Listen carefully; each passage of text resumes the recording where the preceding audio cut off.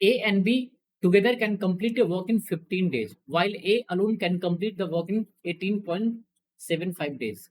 They start working together, but A leaves work 12.5 days before the work is completed. How long did A and B work together? Work को ऐसा unit में assume करो so that आप time से उसको easily divide कर सको, और इनडायरेक्टली बोलूं तो जो इफिशियंसी है वो इंटीजर में आ जाए। ये क्लियर है?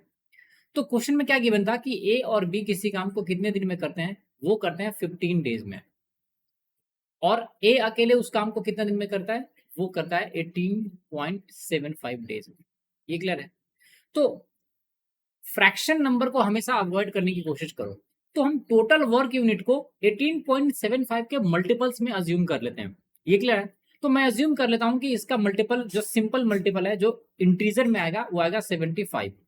तो मैंने वर्क डन को अज्यूम कर लिया कि ये 75 यूनिट है। तो ए की पर डे की एफिशिएंसी कितनी आएगी, वो सिंपली आ जाएगा 75 divided by 18.75, that imply 4 unit. तो ए पर डे काम करेगा 4 यूनिट। ए प्लस बी पर डे कितना काम करेगा, वो करेगा 75 डिवाइडेड बाई 15, तो ये आ जाएगा 5 यूनिट। ये क्लियर है? तो यहां से आपको ए और बी का इफिशियंसी मिल जाएगा स्ट्रेट अवे। ए कर रहा है 4 और बी कर रहा है बच्चों सिंपली 1। सिंस ए प्लस बी 5 है और उसमें से ए 4 है, तो बी 1 हो जाएगा, एज सिंपल एज दैट।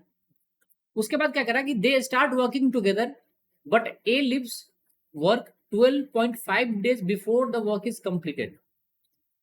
तो सबसे पहले क्या हुआ, ए प्लस बी मिलके काम करना स्टार्ट किए होंगे। ये क्लियर है? कुछ दिन तक काम किए होंगे।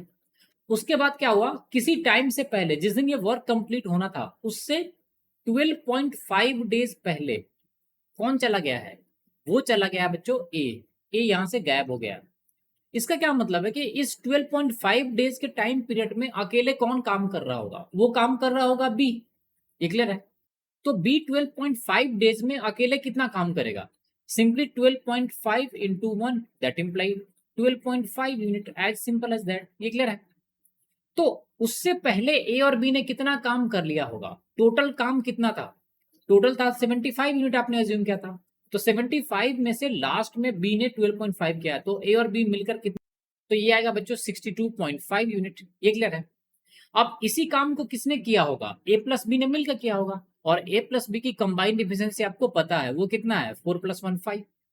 तो ए प्लस बी को कितना टाइम लगा हुआ होगा, सिंपली 62.5 एंड डिवाइडेड बाई 5।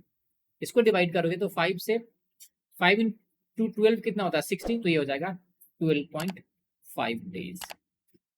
तो 12.5 डेज ए और बी मिलके काम किए होंगे, उसके बाद ए चला गया होगा, और फिर 12.5 डेज किसने काम किया होगा, बी ने अकेले किया होगा।